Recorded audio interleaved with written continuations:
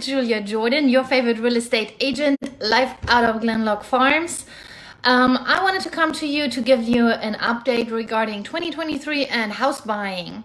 Some people are like frozen, they're not buying right now, but I tell you why it is a good year and how you buy a home in 2023. First of all, like every year, work on your credit. The higher your credit, the less your interest rate. No matter where interest rate is, it will get lower. Then of course, second, plan for down payment. That is one of the things that got easier this year because me as your agent, I can negotiate for you, okay? Last 2 years, you had to go 100K over asking and bring your firstborn son. We don't have to do that anymore on the buyer's side. There are many experts that say we will relax a little bit in the market in summer. Interest rates will come down. Then as the buyer, you again have more competition. I cannot negotiate for you as well.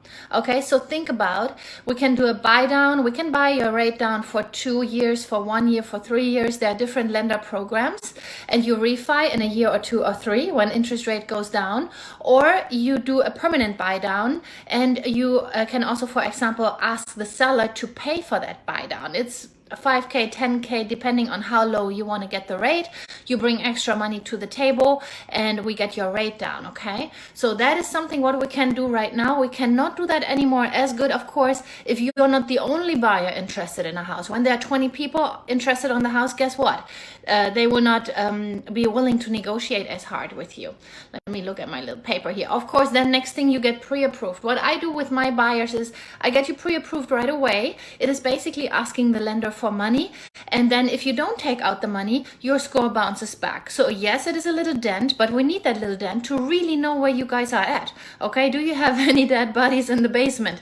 Do you have any, I don't know what, 6 years ago a bankruptcy, you almost forgot about it. Guess what? It's on your credit. So all this stuff we need to know. And sometimes I had many clients that are better for financing than they expected. They're in a better position than they thought. And they have the lender look at it and the lender says, oh, this and that kind of debt I don't even care about. And those people made a big deal of it and held back of buying for years. So be smart.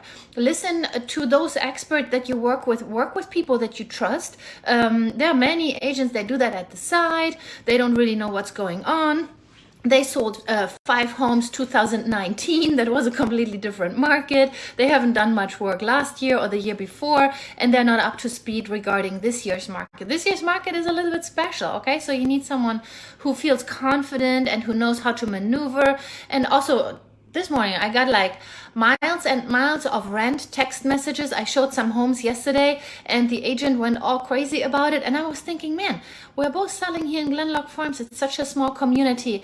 Let's play nice in the sandbox, okay? So have an agent that knows how to communicate, and there are always bumps in the road in every transaction, and an agent who knows how to maneuver through that. I had a rough day yesterday. You know what? We all need to maneuver through our own life, through a transaction. And if you have a rock star who just gets over themselves and does the good stuff and the right thing anyways, for themselves, for their client, for the transaction, and even often for the other side, you know, it's not always, we always need to create a win-win-win situation. In the end, if only one person or one side is winning, guess what? There will not be a happy transaction, and often the transaction falls apart if someone involved just gets upset and blocks and doesn't want it to move forward and find a solution. That gets everything complicated, and in this case it already got complicated before we ever wrote an offer or showed interest.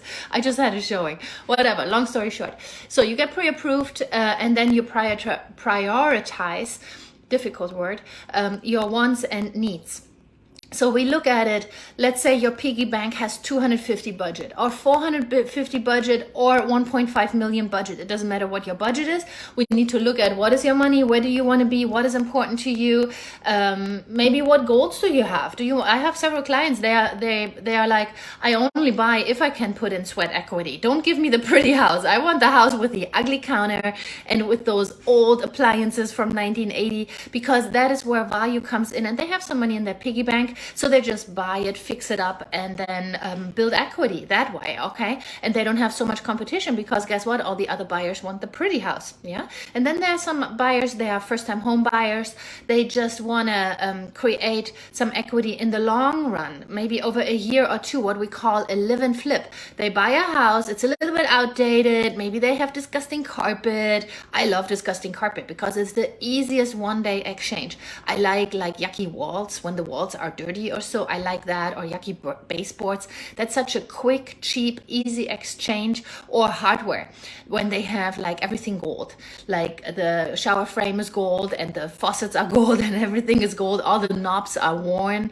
That is great equity. And you get a handyman in there. I don't know how to do that myself, but I get a handyman in there and they just go through in like some hours and exchange all of that stuff. And let's say right now this matte black looks very good if you go all black or whatever. Oops, 1 second. And the guys are setting up my table. I splurged on myself. I got myself a table set. Okie dokie. I get you up to speed. I think I said the most important stuff, and talk to you soon, okay? I'm getting a table and chairs, so I have to run to help those guys here. Bye-bye.